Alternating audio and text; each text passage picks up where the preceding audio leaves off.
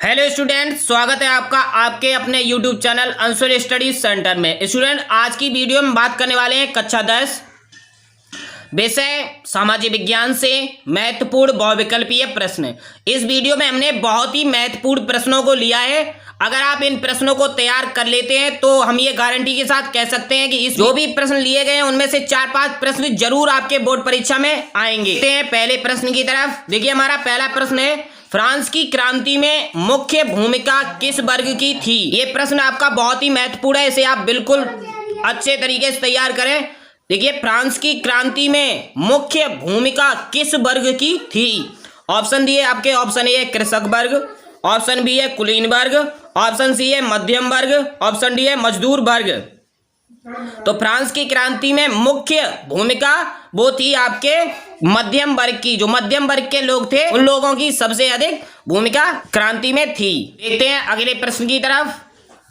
देखिए, हमारा अगला प्रश्न है, फ्रांस की क्रांति हुई। ऑप्शन ए दिया आपका 1788 ईस्वी में, ऑप्शन बी दिया है 1789 ईस्वी में, ऑप्शन सी दिया है 1790 ईस्वी में, ऑप्शन डी दिया है 1787 ईस्वी में। तो फ्रांस की क्रांति हुई थी वो हुई थी आपकी 1789 ईस्वी में। ऑप्शन नंबर बी हमारा सही होगा। देखते हैं अगले प्रश्न की तरफ। देखिए, हमारा अगला प्रश्न है, बिस्मार्क जर्मनी का चांसलर कब बना। जो बिस्मार्क थे वो जर्मनी का चांसलर कब बना था।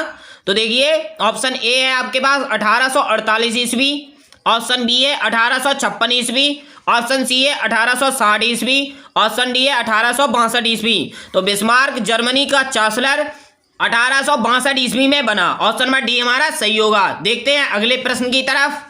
देखिए, हमारा अगला प्रश्न है, फ्रांस और प्रसा का युद्ध कब हुआ। जो फ्रांस और प्रसा के बीच युद्ध हुआ था वो आपको बताना है कब हुआ था। ऑप्शन ए दिया है आपका 1865 ईस्वी में, ऑप्शन बी है आपका 1870 ईस्वी में, ऑप्शन सी है 1872 ईस्वी में, ऑप्शन डी है 1880 ईस्वी में। तो प्रसा और फ्रांस का युद्ध हुआ था वो हुआ था आपका 1870 ईस्वी में। ऑप्शन नंबर बी हमारा सही होगा। देखते हैं अगले प्रश्न की तरफ।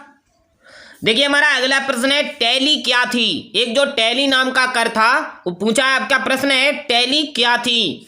तो ऑप्शन ए है आपका भूमि कर, ऑप्शन बी है सामग्री कर, ऑप्शन सी है धार्मिक कर, ऑप्शन डी है नमक कर। तो टैली जो है आपका भूमि कर। ऑप्शन नंबर ए हमारा सही होगा। देखते हैं अगले प्रश्न की तरफ। जो प्रश्न है आपका, इटली का एकीकरण कब पूरा हुआ। जो इटली का एकीकरण हुआ था वो कब पूरा हुआ। ऑप्शन ए दिया है आपका 1871 ईस्वी में, ऑप्शन बी है 1873 ईस्वी, ऑप्शन सी है 1876 ईस्वी, ऑप्शन डी है 1889 ईस्वी। तो इटली का एकीकरण वो पूरा हुआ था आपका 1871 ईस्वी में। ऑप्शन नंबर ए हमारा सही होगा। देखते हैं अगले प्रश्न की तरफ। हमारा अगला प्रश्न है, गैरीबाल्डी कहाँ का निवासी था। जो गैरीबाल्डी था वो किस देश का निवासी था। तो आपको बताना है, ऑप्शन ए है आपका वेनेशिया, ऑप्शन बी है सार्डिनिया, ऑप्शन सी है नेपल्स, ऑप्शन डी है प्राग। तो जो गैरीबाल्डी निवासी था वो आपका था सार्डिनिया का निवासी था। ऑप्शन नंबर बी हमारा सही होगा। देखते हैं अगले प्रश्न की तरफ। देखिए, हमारा अगला प्रश्न है, जर्मनी का एकीकरण कब पूरा हुआ। जर्मनी का एकीकरण हुआ था वो कौन सी सन में पूरा हुआ। तो ऑप्शन ए है आपका 1878 ईस्वी में, ऑप्शन बी है 1879 ईस्वी में, ऑप्शन सी है 1861 ईस्वी में, ऑप्शन डी है 1871 ईस्वी में। तो जर्मनी का एकीकरण पूरा हुआ वो हुआ आपका 1871 ईस्वी में। ऑप्शन नंबर डी हमारा सही होगा। देखते हैं। देखिए, हमारा अगला प्रश्न है, यंग इटली सोसाइटी का संस्थापक कौन था। Option A Garibaldi, option B Bismarck, option C Cavour, option D Mazzini. तो यंग इटली सोसाइटी का संस्थापक था वो आपके थे मैजनी। ऑप्शन नंबर डी हमारा सही होगा। देखते हैं अगले प्रश्न की तरफ। देखिए, हमारा अगला प्रश्न है, नेपोलियन को किन देशों ने मिलकर हराया। नेपोलियन को हराया था वो किन किन देशों ने मिलकर हराया। ऑप्शन ए है आपका ब्रिटेन, ऑप्शन बी है रूस और प्रसा, ऑप्शन सी है ऑस्ट्रिया, ऑप्शन डी है उपयुक्त सभी। तो नेपोलियन को जो हराया था वो इन सभी ने मिलकर हराया था, उपयुक्त सभी। ऑप्शन नंबर डी हमारा सही होगा। देखते हैं अगले प्रश्न की तरफ।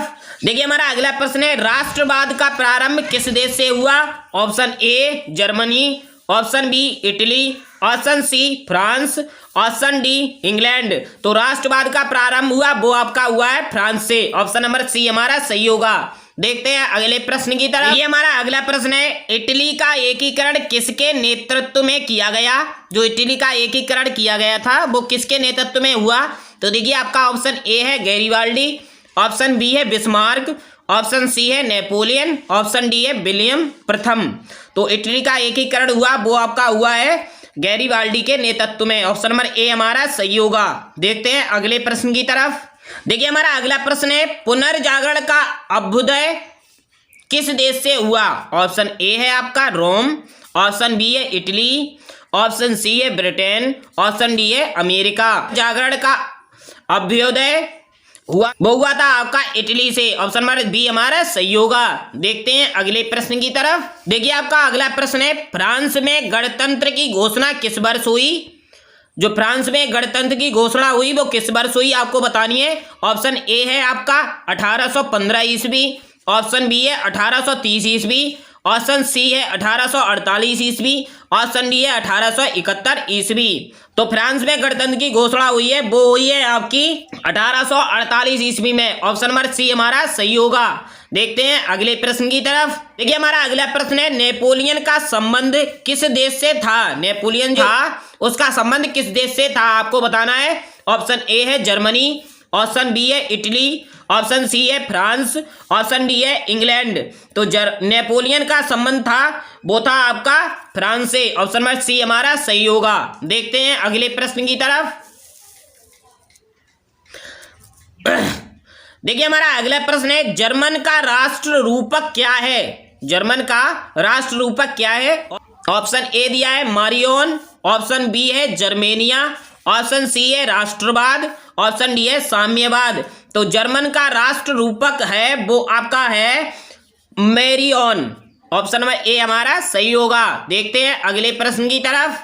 देखिए हमारा अगला प्रश्न है, राष्ट्रवाद का प्रारंभ किस देश में हुआ?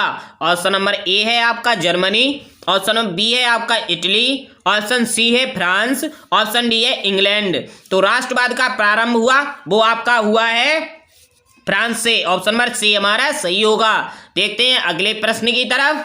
देखिए हमारा अगला प्रश्न है, निम्न में से मार्टिन लूथर क्या था? जो मार्टिन लूथर था वो निम्न आपके ऑप्शन दिए इनमें से क्या था? तो ऑप्शन ए दिया है धर्म सुधारक, ऑप्शन बी दिया है राष्ट्रवादी नेता, ऑप्शन सी है वैज्ञानिक, ऑप्शन डी है इनमें से कोई नहीं।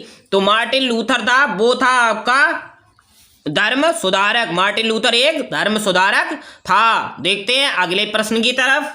देखिए आपका अगला प्रश्न है, निम्न में से फ्रांस की क्रांति का अग्रदूत कहते हैं? Option A Bismarck, option B है आपका रूसो, ऑप्शन सी है नेकर, ऑप्शन डी है नेपोलियन बोनापार्ट। तो आपका निम्न में से फ्रांस की क्रांति का अग्रदूत था वो था आपका रूसो। रूसो फ्रांस की क्रांति के अग्रदूत थे। देखते हैं अगले प्रश्न की तरफ।